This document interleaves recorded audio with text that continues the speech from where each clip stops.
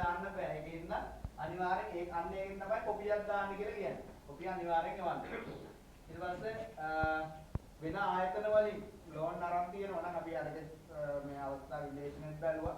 මේකෙත් අනිවාර්යෙන් ෆිල් කරන්න සහ ඒගොල්ලෝ බදු ගෙවනවා නම් බදු මේ ගිනු මේ විස්තරات තියෙන ඒවත් දාන්න.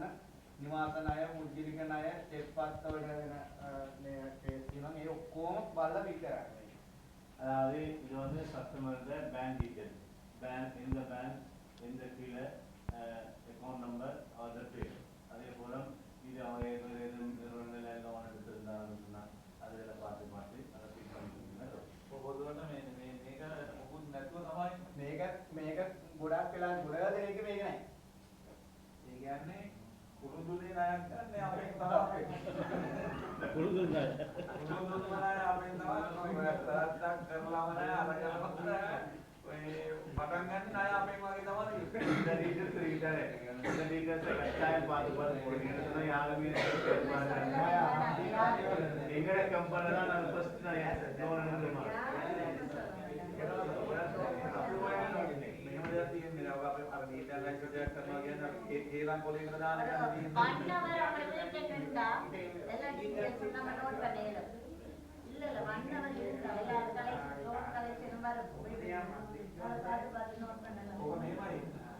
ගෙදර එක්කනට වැඩි අදපු ගෙදර එක්කන දාන්න අවශ්‍ය වෙන ණයම කියන්නේ ආසාවෙන් ගොඩක් විතර